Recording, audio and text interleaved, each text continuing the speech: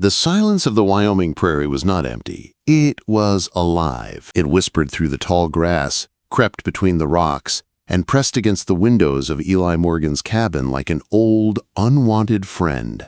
After 6 long years, Eli had learned to understand that silence. It told him when the weather would turn, when the cattle were uneasy, and when his own heart was trying to remember what it once felt like to belong to someone. Eli was a man built by hardship, broad-shouldered with a face carved deep by sun and sorrow. He lived alone on a stretch of land that looked as worn and tired as he was. His cabin was small but strong, hand-hewn logs, a single glass window, and a chimney that coughed out thin smoke when the nights grew cold. There were 2 chairs by the rough wooden table, but only one was ever used.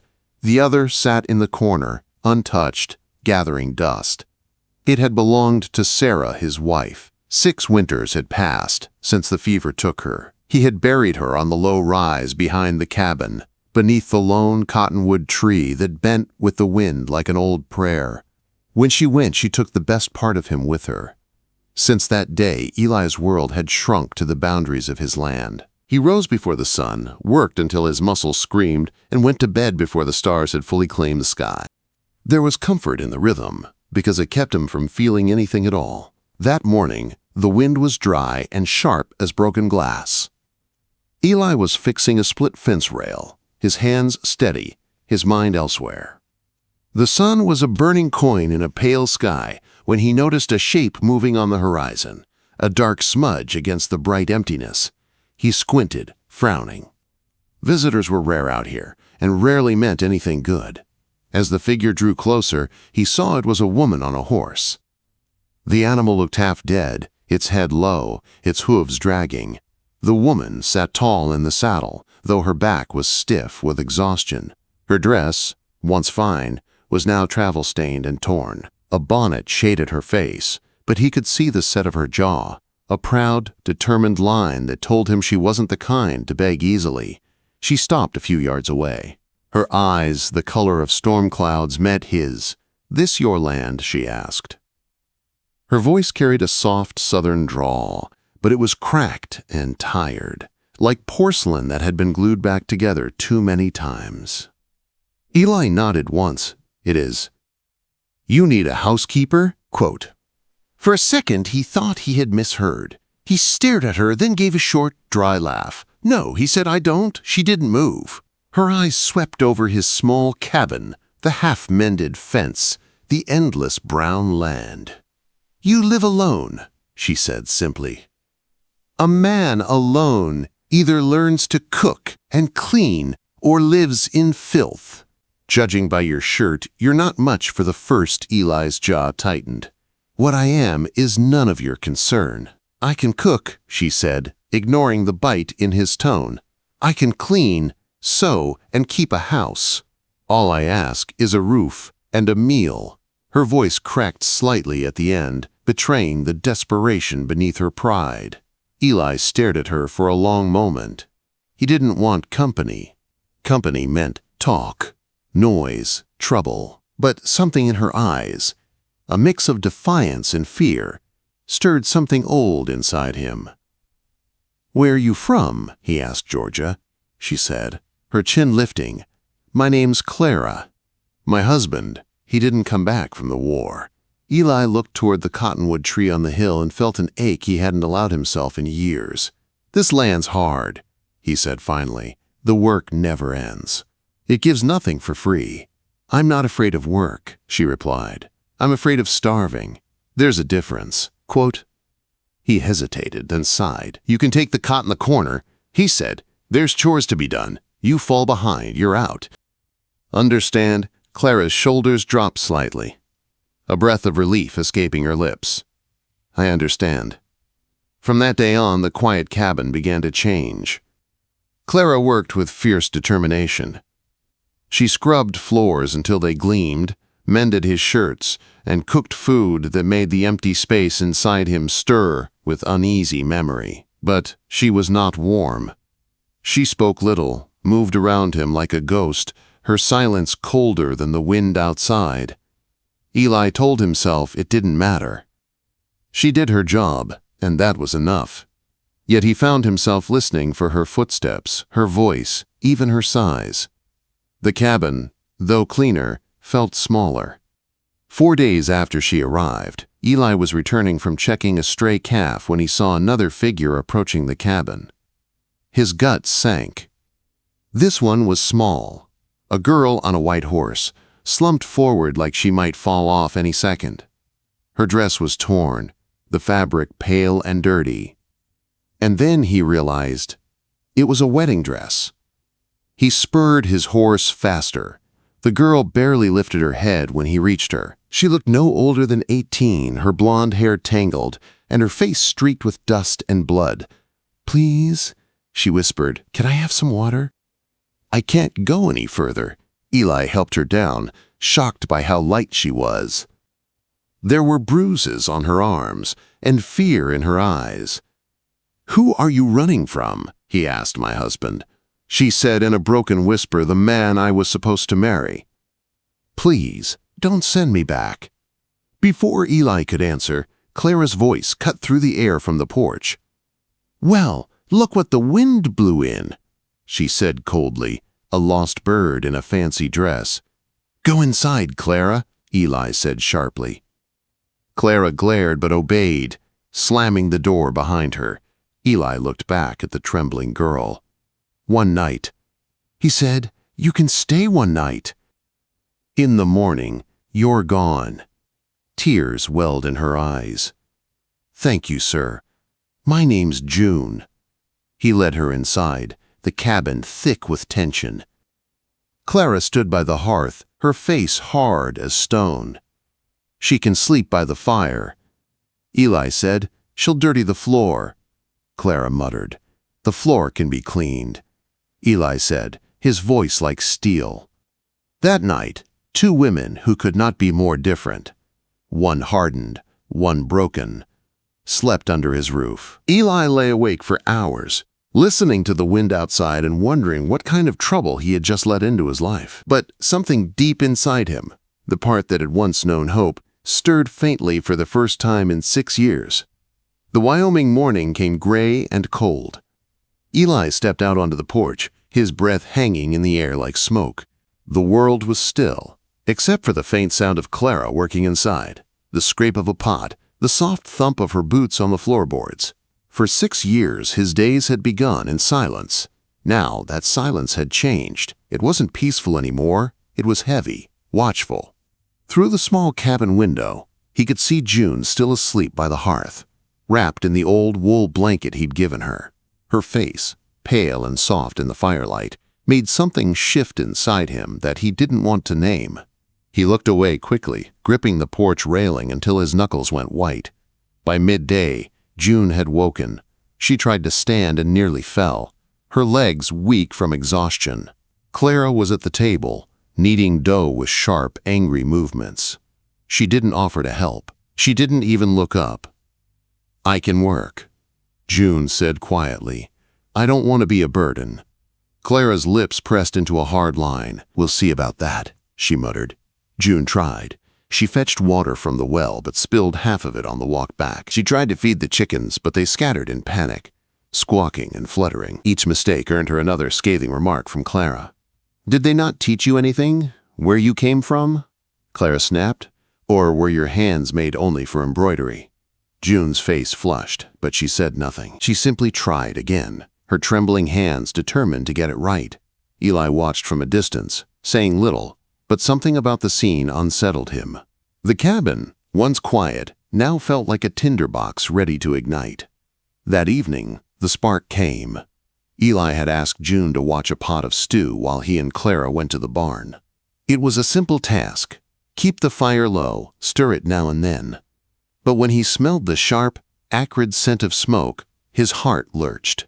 He ran back to the cabin, Clara close behind him. Inside, chaos. The air was thick with gray smoke. A towel had caught fire, and the small rug near the hearth was burning fast. June stood frozen, her hands pressed to her mouth, eyes wide with terror. Eli grabbed the rug, dragged it outside, and stomped out the flames. Clara doused the towel with a bucket of water, her movements fierce.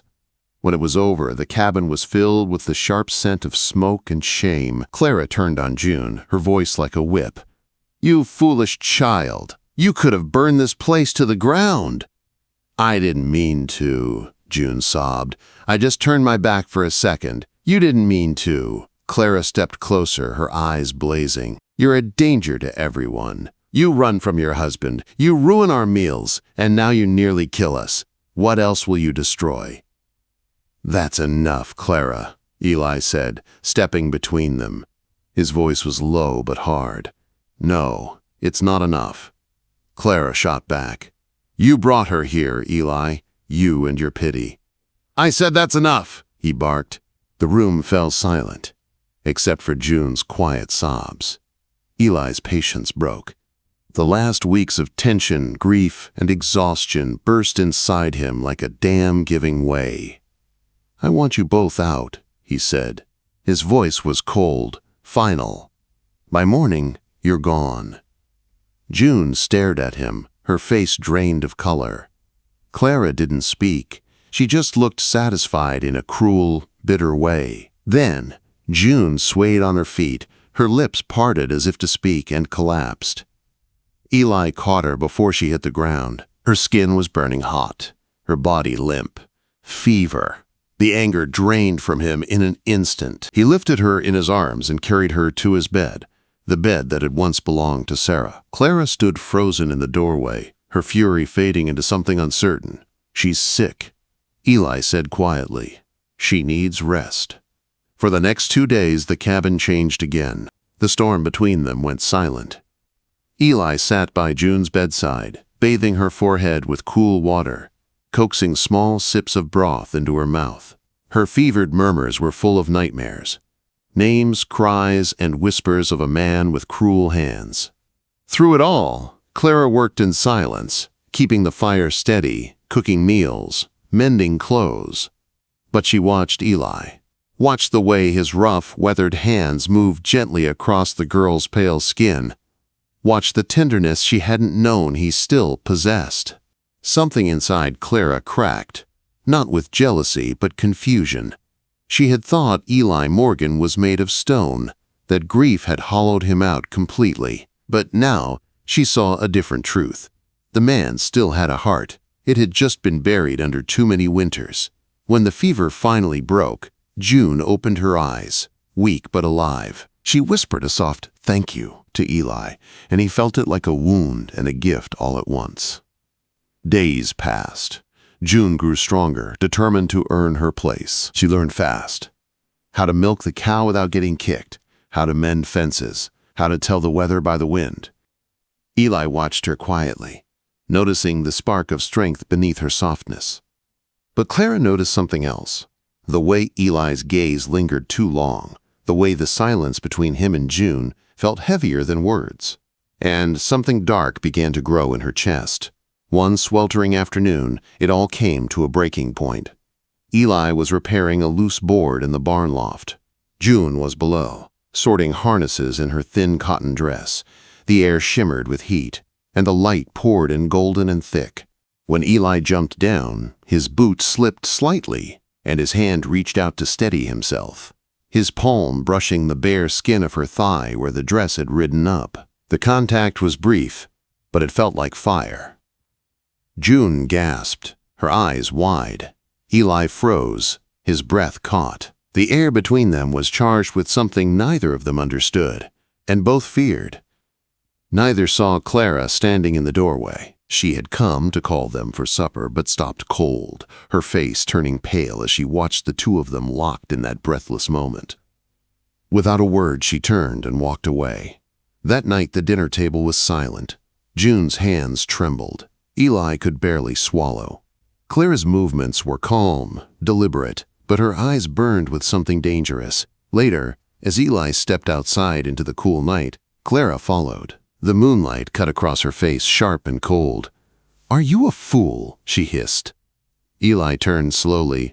"What are you talking about?" "Don't play dumb," she said. "I saw you in the barn. You and that girl. You think I don't know that look? You think I don't know what it means?" "Nothing happened," Eli said quietly. Her laugh was bitter. "Not yet. But I saw it. I saw you both freeze like the world had stopped turning." She stepped closer, her voice trembling with anger and something else. "You're lonely, Eli. So lonely you don't know what to do with it." He flinched, turning his face away. "You don't know what you're talking about."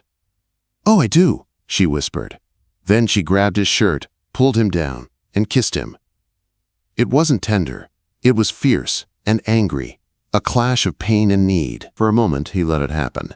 Then he stepped back, stunned, breathless. Clara stared at him for a long moment, her chest rising and falling. Then she turned, walked to her small curtained alcove, and disappeared behind it, leaving him standing in the dark, heart pounding with guilt and confusion. Wait, before we move on, what do you think about the story so far? Drop your thoughts in the comments. I'm really curious to know. The next morning, the cabin was silent again, but it wasn't the kind of silence Eli knew. It was sharp, like glass. Clara moved around the kitchen without looking at him. June kept her head down, folding blankets by the fire. Every sound, the scrape of a chair, the clink of a cup, felt too loud. Eli saddled his horse and left early, pretending he had fences to mend on the far edge of the property. In truth, he just needed to breathe. He rode for hours under the empty Wyoming sky, the wide land stretching forever, until the memory of Clara's kiss finally loosened its grip on him. But guilt rode beside him the whole way home. When he returned near dusk, the sight that met him stopped him cold. Inside the cabin, Clara and June were sitting side by side at the table, shelling peas, their heads bent close, their hands moving in rhythm. For the first time since they'd met, the air between them didn't feel like fire and smoke. It felt almost calm. Eli stood in the doorway, watching quietly. June was talking softly about the man she'd fled, her words trembling. He said a wife was to be silent and obedient. She said, her voice barely above a whisper, and if I failed to learn, he'd make sure I did. Clara's hands stopped moving. She looked up, her expression softer than Eli had ever seen it. "My husband never hit me," she said slowly. "But his cruelty had sharper edges. He made me feel small, invisible." For a long moment they sat in silence, two women from different worlds, bound by the same hurt. Eli turned away quietly. For the first time, he saw them not as burdens, but as survivors. That night, a storm rolled in from the mountains. Thunder cracked the sky open, and rain lashed the cabin walls. June trembled with every strike. Eli saw the terror in her eyes, the way she flinched with each crash of thunder. When lightning flashed so close it rattled the window glass, she broke. She stood, pale and shaking, and whispered, "Mr. Morgan, may I please stay by the fire? I can't be alone." He hesitated. "You'll be fine, June. It's just a storm." Her breath came in quick gasps. "Please." Another flash split the sky, followed by a boom that shook the floorboards. Her cry was small, helpless. That sound undid him. Eli reached out, took her hand, and led her to his bed. "Get in," he said softly. "You'll be safe here." She slid beneath the blanket, curling up tight. He lay on top of the covers beside her, keeping space between them. But when another thunderclap roared, she turned toward him, trembling. He hesitated only a second before pulling her close. She fit against him like she belonged there. There was nothing sinful in that embrace, only warmth, protection, and a quiet ache neither could name. The rhythm of her heartbeat against his chest slowly eased her trembling, until she drifted into sleep. And then the door creaked open. Clara stood in the doorway, her face unreadable in the dim light. She stared at them for a long, still moment. Eli expected her to shout, to curse, to leave. But she didn't. She walked to the hearth, sat on the small wooden stool, and stared into the fire. She stayed there the whole night, a silent guardian listening to the rain. By morning, the storm had passed, but a new one had settled in their hearts. Eli spent the day outside, avoiding their eyes. June moved through her chores like a ghost, quiet and pale. Clara spoke little, her voice cold as stone. The cabin felt smaller than ever. That night, Eli found Clara in the barn, sitting on a hay bale with a half-empty whiskey bottle in her hand. She didn't look at him as he entered. "Come to hide again?" she asked bitterly. He didn't answer.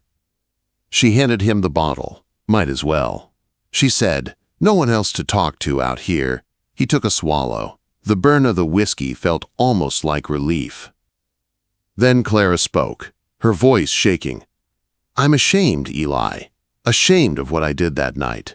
Of the kiss. Of what I felt. Of being jealous." She paused, her eyes glassy. "I hate that girl sometimes, and I hate myself more for it." Eli's chest tightened Clara. She laughed quietly. "Don't. You think you're the only one broken? You think you're the only one who lost something? You're not." He moved closer. "When Sarah died, I stopped being a man. I stopped feeling anything. Until you came. Until she came." His voice cracked. "I don't understand what any of this means. I only know that for the first time in years. I feel alive." Quote, Clara looked at him through tears she wouldn't let fall. For a long moment, neither spoke. Then he reached for her hand. She didn't pull away. That night, under the open sky by the creek, their loneliness found a voice. It wasn't gentle. It was raw, desperate, human. They didn't speak after. They just lay there, side by side, listening to the water and knowing the world had changed forever. When they returned to the cabin, June was waiting on the porch. One look at their torn clothes, their faces, and she understood. Her expression didn't break. It simply went still. She turned without a word and walked inside. Days passed in silence. None of them spoke of what had happened, but it hung between them like smoke that wouldn't clear. Until one night, Clara woke from a nightmare and went outside for air. She found June sitting on the porch steps, crying quietly. Without a word, Clara sat beside her. For a long while they said nothing. Then June whispered, "I think my heart is gone. That man took it from me, and Eli tried to give it back. Now I don't know what's left." Clara's throat tightened. She knew that feeling too well. Without thinking, she reached out and pulled the girl into her arms. June wept against her shoulder, and Clara held her tight. When June finally looked up, her tear-streaked face was soft, open, full of something unspoken. Then she leaned forward and kissed Clara, a trembling, uncertain kiss that spoke of comfort more than desire. For a heartbeat, Clara froze. Then she didn't. She let it happen. From the doorway, Eli watched in silence. And for the first time, he didn't feel guilt or confusion. He felt peace. Weeks passed. The three of them worked side by side, rebuilding what the storm and their mistakes had broken. They laughed sometimes. They argued less. Slowly, something new took root in that small, lonely cabin, something the rest of the world would never understand, but they did. Months later, a traveling preacher came by, his face weathered by the sun. Before he could leave, Clara stopped him. "Preacher," she said, taking Eli's hand in one of hers and June's in the other, "we want a blessing. Not from the law, not from the town. From God." The preacher hesitated, eyes wide. But when he looked at their faces, he saw no sin, only love. Simple, strong, and real. So he stood with them beneath the cottonwood tree on the hill, where the prairie wind sang through the leaves, and spoke a quiet prayer. They didn't have rings or vows or a paper to prove anything. What they had was enough. The preacher rode off. The sun dipped behind the mountains. Eli, Clara, and June stood hand in hand, three hearts bound together in a place the world had forgotten.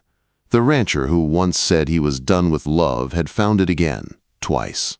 And in doing so, he finally forgot what loneliness was. Now it's your turn. What did you feel reading their journey? Tell me in the comments, and don't forget to subscribe for more emotional Wild West stories that touch the heart.